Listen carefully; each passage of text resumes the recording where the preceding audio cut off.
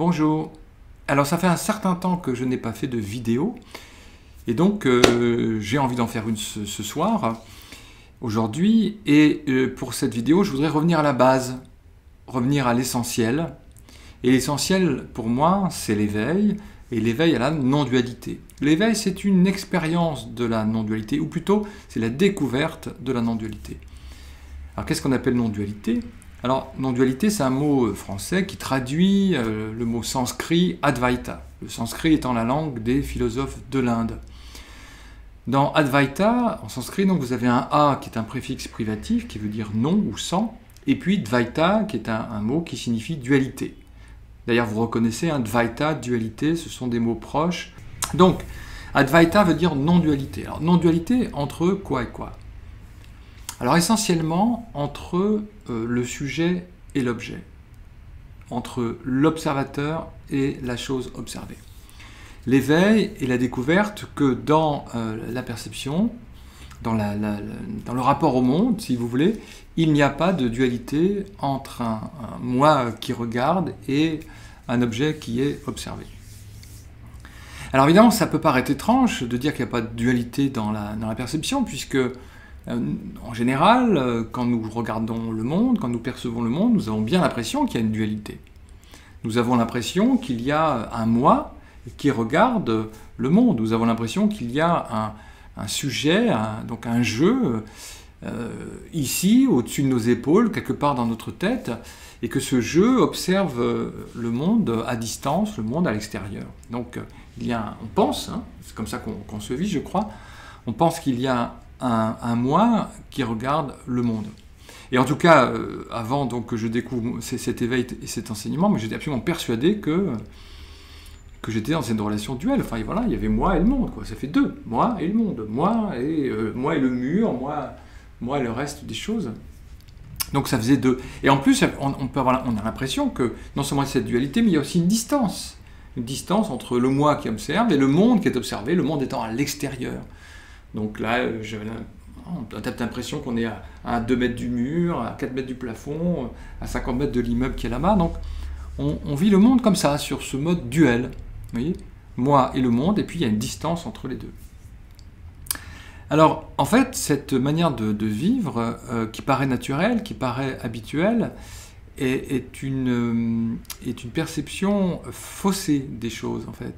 C'est une perception qui est basée sur une distraction, voire même sur une illusion, car en réalité, en tout cas c'est dans l'enseignement des philosophes de l'Inde, entre autres, dans la réalité, la vision se fait sans moi, sans un observateur.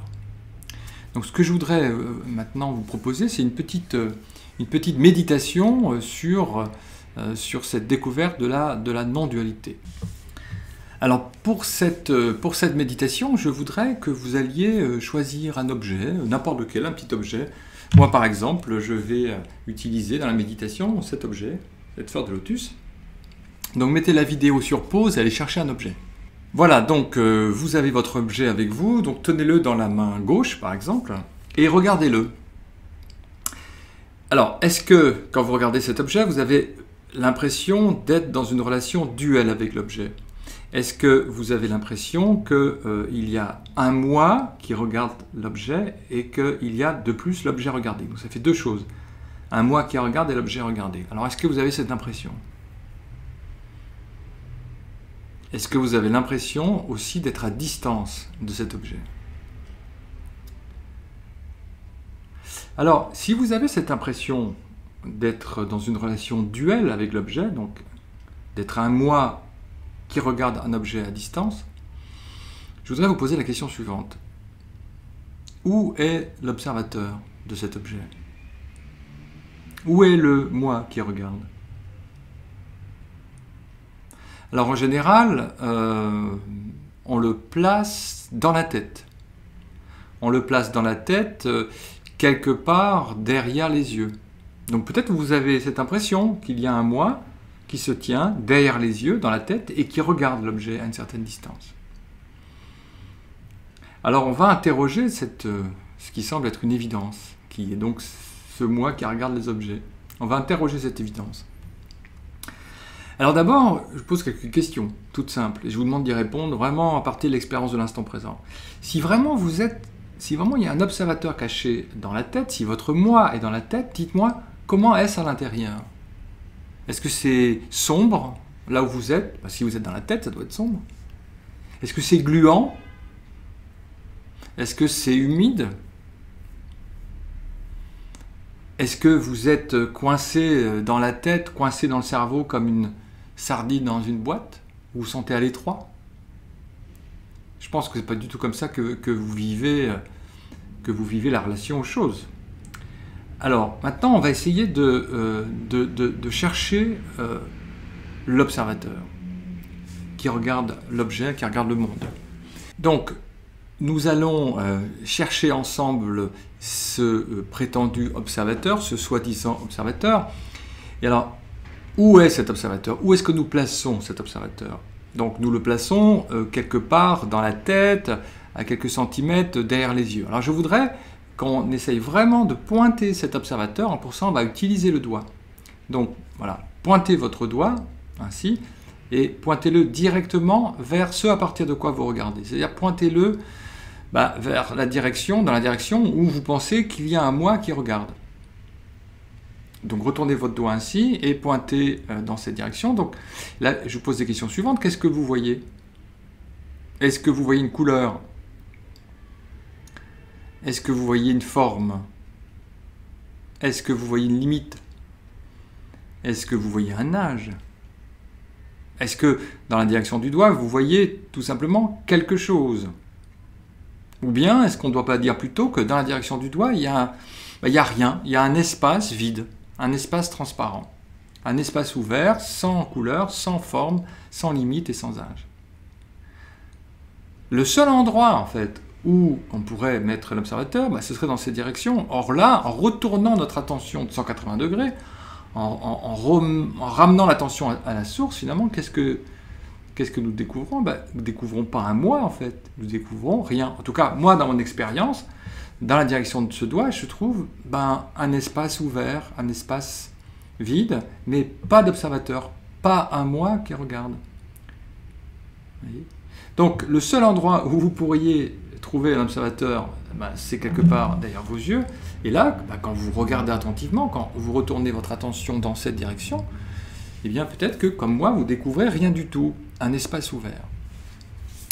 Donc, en fait, c'est ça la vision non-duelle, c'est ça la non-dualité, c'est s'apercevoir que les objets ne sont pas vus à partir de quelqu'un, ne sont pas vus à partir d'un observateur, mais sont vus à partir d'un espace ouvert, d'un espace transparent, dans lequel il n'y a pas quelqu'un qui regarde, si vous voulez. Donc reprenez votre objet maintenant, je reprends ma fleur de lotus, regardez votre objet, regardez cet objet.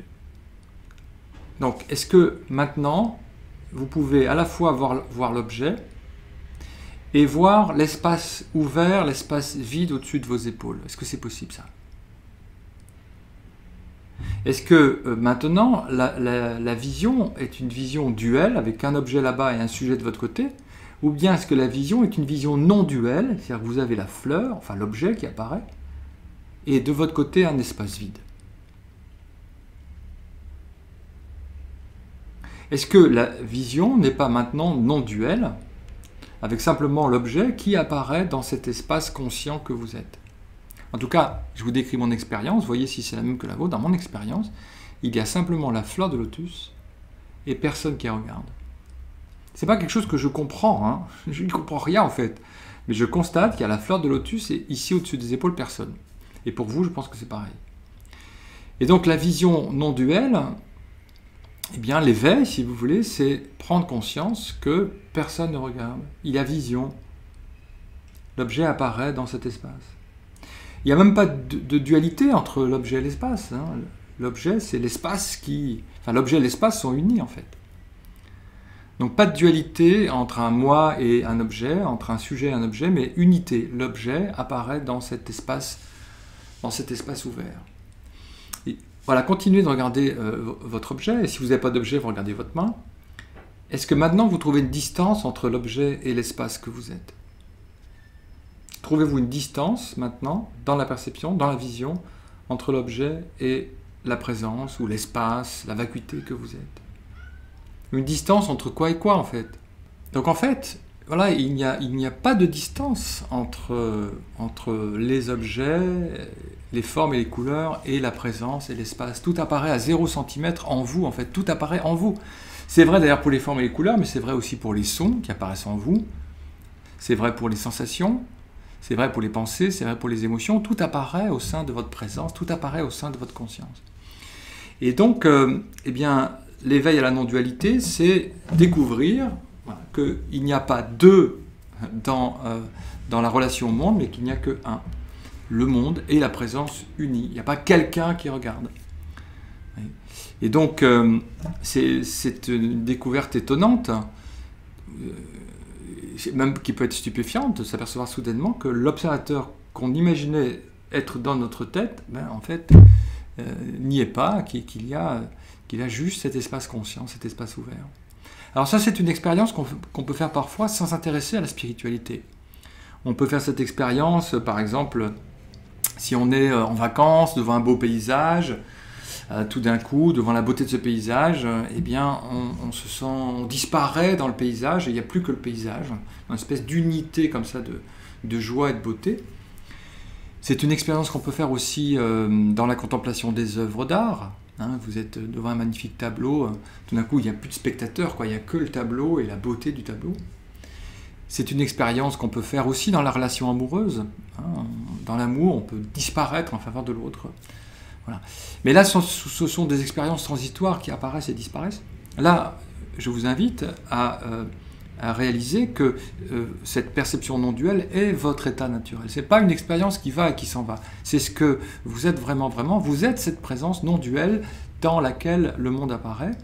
Et grâce à ce petit outil hein, qui vient de chez Douglas Harding, ce retournement du doigt là, qui vient du philosophe anglais Douglas Harding, eh bien, vous pouvez simplement vivre à partir de cet espace ouvert, vivre au quotidien à partir de cette tranquillité et de cet espace.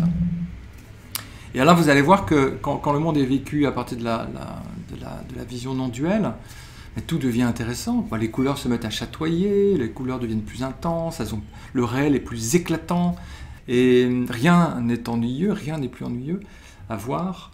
Et je pense qu'on fait là l'expérience de la beauté, en fait. La beauté, c'est précisément l'union entre la conscience et le monde, l'union entre la présence et le monde, l'union entre l'esprit et la matière, si vous voulez, dans la non-dualité de l'éveil. Alors je voudrais terminer en vous lisant un extrait d'un texte de Jean Klein. Jean Klein qui est cet enseignant spirituel du XXe siècle. Et c'est une citation que je tire de mon livre « S'éveiller à soi-même avec les grands maîtres d'Orient et d'Occident » chez Pocket. Et cette citation de Jean Klein parle justement de ce regard non duel. Et là, il parle de ce regard à l'occasion d'une fleur. Il dit ceci: vous regardez une fleur. Au moment où vous la regardez, il y a seulement une fleur. Vous ne pensez pas, voilà une fleur. Alors se produit une expérience sans expérimentateur.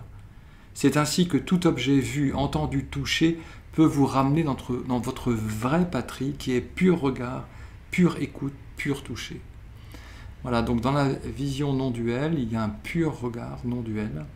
Tout apparaît à 0 cm. C'est vrai aussi pour le son, hein, pour l'écoute. C'est vrai aussi pour le toucher non-duel, l'écoute non-duelle. Voilà. Voilà, je vous remercie de votre attention et à très bientôt. Merci.